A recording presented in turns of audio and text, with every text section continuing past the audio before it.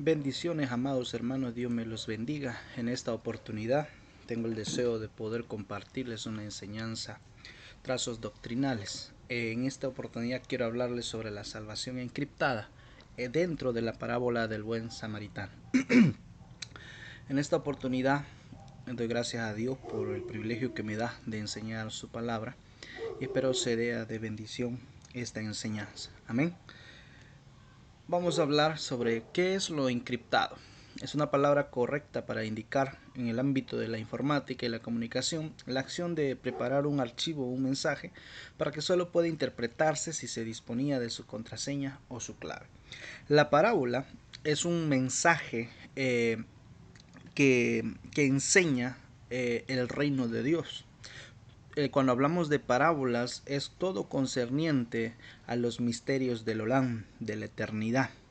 Con conceptos de historias pueden ser, podríamos decir, historias verídicas terrenales para dar a entender los misterios del reino de Dios. Quiero que entendamos que los discípulos tenían la contraseña para poder comprender el mensaje parabólico.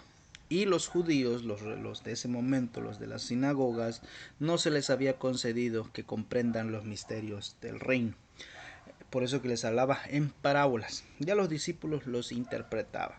Yo en esta oportunidad quiero enseñar esta parábola en esta óptica, ya que quizás haya de muchas maneras para interpretarlas, entenderlas. Amén. Vamos a ver.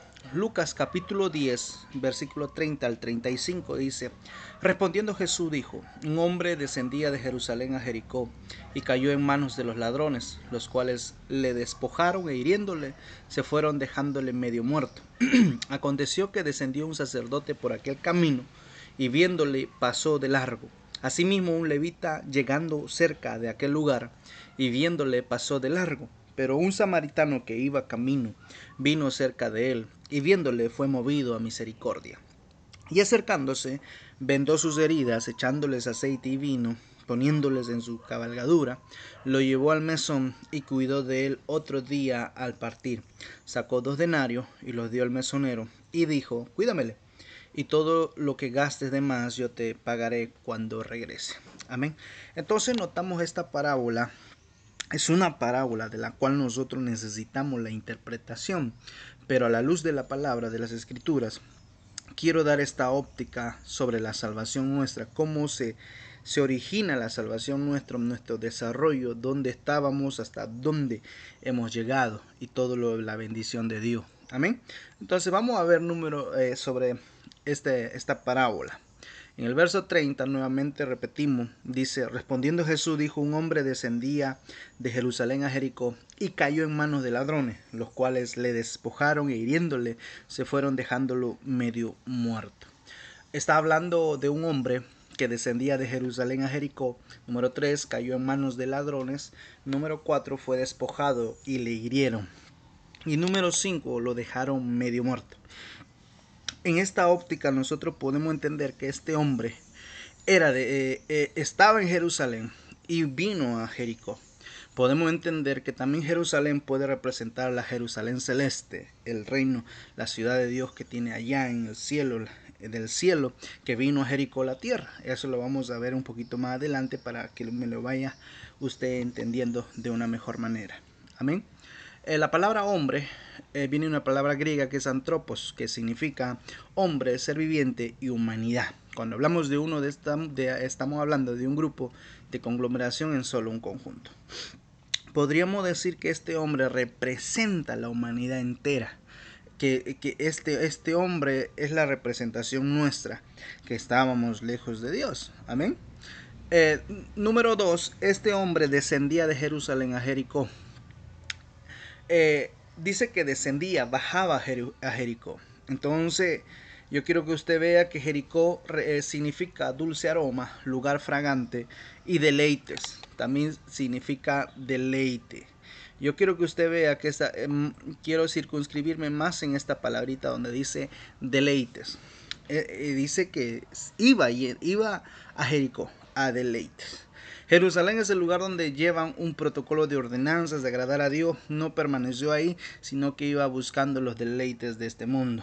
Usted sabe que Jerusalén es un lugar con varios protocolos de ordenanzas de fiestas judías que se debían de hacer, pero bueno, este hombre iba buscando Jericó, los deleites de este mundo. Jericó representa los deleites de este mundo. Entonces este hombre estaba en una ruta, en un camino no correcto, buscaba sus propios deleites, pero los deleites de este mundo. Veamos este versículo en Hebreos capítulo 11, versículo 24 al 25, dice lo siguiente: por la fe Moisés, hecho ya grande, rehusó llamarse hijo de la hija del faraón, escogiendo antes ser maltratado con el pueblo de Dios que gozar de los deleites temporales del pecado. Entonces notamos que este hombre no buscaba agradar a Dios, sino que buscaba los deleites temporales del pecado. Entonces por eso decimos que este hombre representa a la humanidad entera, que va buscando Jericó. El hombre desde que nace hasta que crece, de acuerdo al tipo de ambiente que se encontremos, no importa el ambiente, vamos buscando siempre los deleites temporales del pecado. El hombre busca eso, ¿verdad? Entonces, número 3, vemos que cayó en manos de los ladrones. Desde que nosotros estamos en este mundo, vamos buscando los deleites del pecado, pero hemos caído en manos de ladrones. El ladrón dice que no viene sino para hurtar, matar y destruir. Yo he venido para que tengan vida y para que la tengan en abundancia. Vemos aquí que es el ladrón. La función del ladrón es hurtar, matar y destruir. Vemos que hemos caído en manos de enemigos de nuestras almas. Hemos perdido cosas, han muerto cosas en nosotros, han destruido sueños, anhelos. Hay cosas que no hemos podido alcanzar, hay circunstancias que no hemos podido vivir. Entonces comprendemos todo eso. Entonces caer en la mano de ladrones es caer en la mano de entidades de las tinieblas que nos han tenido a su merced, robándonos, quitando, matando y destruyendo nuestra vida, dependiendo en qué cosas hayamos caído, ¿verdad? Entonces este hombre va buscando los deleites de la vida, pero el mundo, el enemigo, las tinieblas la corrompieron, la quitaron, la despojaron de todo lo que tenía. Luego dice que la despojaron y lo hirieron. Esa palabrita despojar, ya sabemos que lo despojar es quitarlo todo lo que tenía. Perdió todo lo que tenía. Número 2, lo hirieron. Esa palabrita hirieron viene del griego plegué, que significa golpear, calamidad, plaga, herida, azote. Entonces notamos bien aquí que lo hirieron. Entonces cuando el hombre va buscando Jericó, los deleites del pecado, lo van a herir de cierta manera. El pecado, en busca de los deleites del pecado, el enemigo hiere a la humanidad, hiere su corazón, hiere su alma, trastoca su alma. Entonces nosotros tenemos que entender que en esta parábola cómo está nuestro camino hacia nuestra redención, cómo fue el camino de la redención de Dios, cómo hizo, cómo nos encontró, cómo estábamos, ¿verdad? Entonces este hombre representa a la humanidad. Amén, gloria a Dios. Entonces dice que lo dejaron medio muerto, Esto me enseña a mí que en Efesios 2:1 dice que estábamos nosotros muertos de nuestros delitos y pecados y les dio vida. El Señor nos dio vida, pero antes nosotros estábamos muertos en nuestros delitos y pecados. Entonces, nosotros estábamos muertos, internamente estábamos muertos. No teníamos vida en sí. Estábamos lejos de destituidos de la gloria de Dios. Estábamos apartados por causa del pecado. Nuestro espíritu estaba muerto, de la cual no podíamos tener comunión con Dios. Entonces, por eso entendemos cómo va cómo fue nuestro proceso de estar lejos de Dios. Amén. Este hombre claramente representa la humanidad entera. Entonces en el versículo 31-32 de lo que estamos leyendo, encontramos que a este hombre lo dejaron herido, lo dejaron tirado. Dice que pasó un sacerdote viendo a su alrededor, no lo tocó. También pasó un levita. Usted sabe que en la ley, en la Torá, en la ley de Dios, está prohibido tocar un muerto, un cadáver, porque se contamina, es algo inmundo. Yo creo que por eso entiendo que la ley no podía reparar, restaurar, animar al hombre que estaba muerto en sus delitos y pecados. Por eso que este sacerdote y este levita representa las tablas de la ley, representaría estos dos hombres la ley en el tiempo de la ley. Y vemos que la ley no pudo perfeccionar a nadie, no pudo rescatar a nadie. Entonces por eso que no podían tocar a este hombre. Y esta de acá es figura de cómo la ley no pudo restaurar a la humanidad entera. Amén. Entonces, también quiero que notemos en el verso 33 dice, pero un samaritano que iba camino vino cerca de él y viéndole fue movido a misericordia.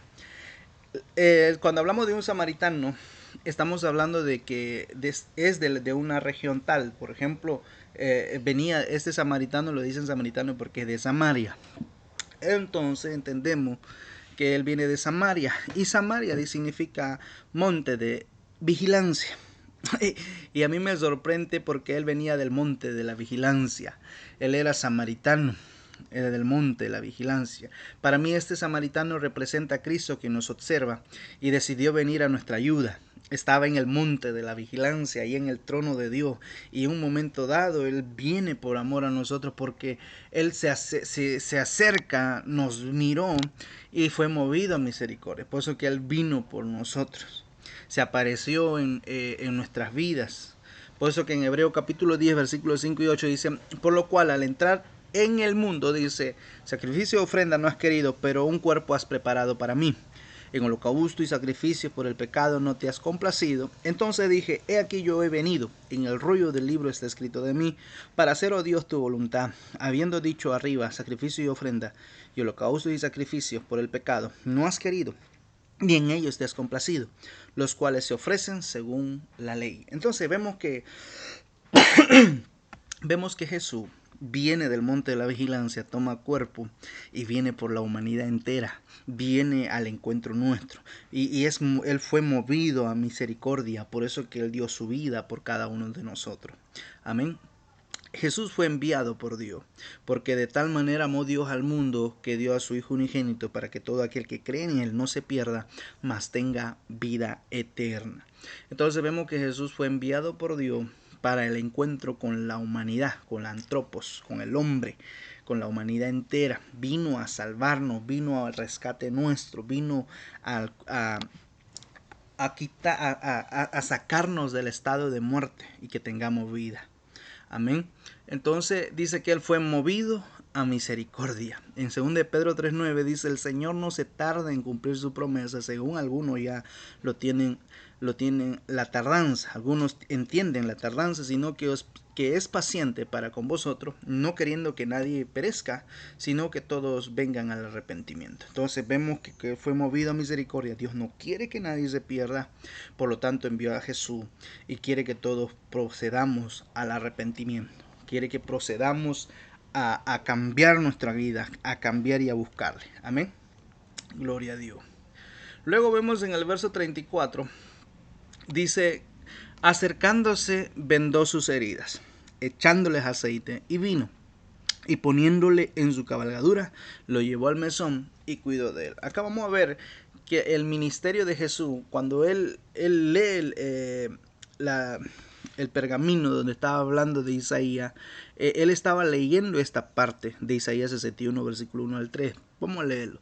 Y el Espíritu de Jehová el Señor está sobre mí, porque me ungió Jehová, me ha enviado a predicar buenas nuevas a los abatidos, a vendar a los quebrantados de corazón, a publicar libertad a los cautivos y a los presos apertura de la cárcel, a proclamar el año de la buena voluntad de Jehová y el día de venganza del Dios nuestro, a consolar a todos los enlutados, a ordenar a los afligidos de Sión que se les dé gloria en lugar de ceniza, óleo de gozo en lugar de luto, manto de alegría en lugar de espíritu angustiado, y serán llamados árboles de justicia, plantío de Jehová para gloria suya.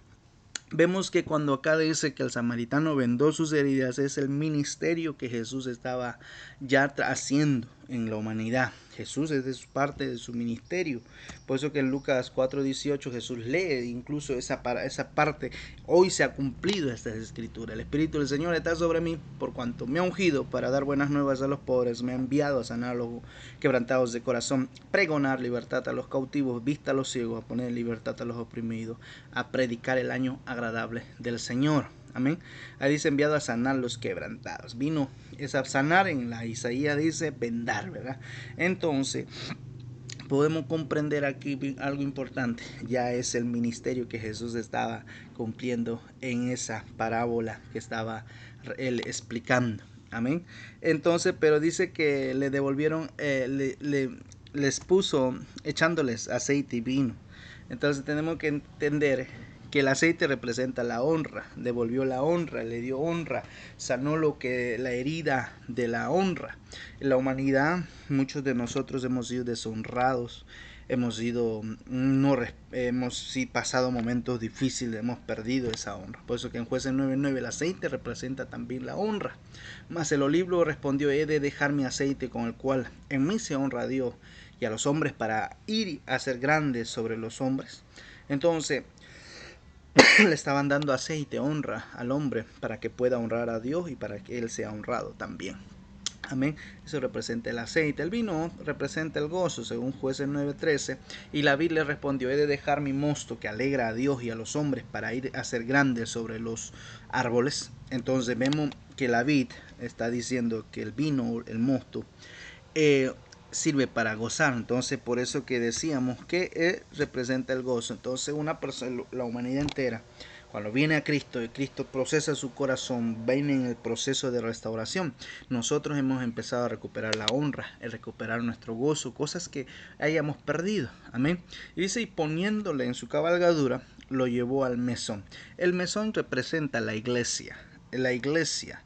Entonces nosotros que ya estamos siendo vendados, siendo restaurados, nuestra honra, nuestro gozo, en ese proceso que estamos, necesariamente tenemos que ser llevados a un mesón donde estar al cuidado de alguien.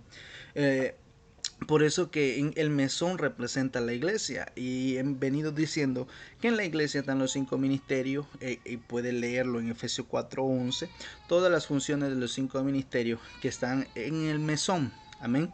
Luego también hay leche espiritual, hay restauración, cobertura, alabanza, adoración. Entonces vemos que la leche espiritual es la palabra no adulterada, esa es doctrina básica. Entonces necesita el mesón para que tenga doctrina básica, sea restaurado. Cobertura es darle un cuidado, darle la visión, mostrarle el camino, mostrarle por dónde ir, atenderlo, ser atendido por los ministros, ¿verdad? Y hay alabanza y adoración. Y quizás muchas cosas más dentro del mesón. Amén. Entonces yo quiero que usted vea que en el verso 35 dice Lucas 10:35, otro día al partir sacó 2 denarios y los dio al mesonero y le dijo: cuídamele, y todo lo que gastes de más yo te lo pagaré cuando regrese. Entonces vemos que aquí el mesonero ahora representa el Espíritu Santo. El Espíritu Santo representa el mesonero. ¿Por qué representa el mesonero? Y dice el mesonero entra al cuidado del hombre, y representa a los salvos. Ya no representa al hombre de la humanidad, sino que ahora representa a los salvos. ¿Por qué? Ya vino el samaritano, los llevó al mesón, ya es un salvo, ya es alguien que está al cuidado de Dios. Entonces representa a los salvos ahora. Cuando se va el samaritano, que es Cristo, entonces entramos al cuidado del mesonero. En el Espíritu Santo, estamos en el tiempo del Espíritu Santo, pero le dice que iba a volver. Mire este otro pasaje: pero yo os digo la verdad, os conviene que yo me vaya, porque si no me fuere, el Consolador no vendría a vosotros, mas si me fuere, os lo enviaré. Entonces vemos en otro pasaje, y dice: yo rogaré al Padre y os daré otro Consolador, para que esté con vosotros para siempre. Dice, con vosotros para siempre. Qué glorioso es este versículo. Entonces, cuando le traen al mesón, la iglesia, que entra al cuidado del mesonero, pero no iba a haber mesonero si el samaritano no se iba. El samaritano se va y entramos al cuidado del mesonero llamado Espíritu Santo. Amén. Pero dice que él va a volver y lo va a devolver cuando regrese. Entonces, qué hermosa parábola, amados hermanos. Yo he puesto acá un esquema para que usted pueda entender lo que he venido explicando, una corta enseñanza. El mundo estaba muerto en sus delitos y pecados. Estábamos rumbo a la perdición eterna. Y estábamos rumbo a la perdición eterna.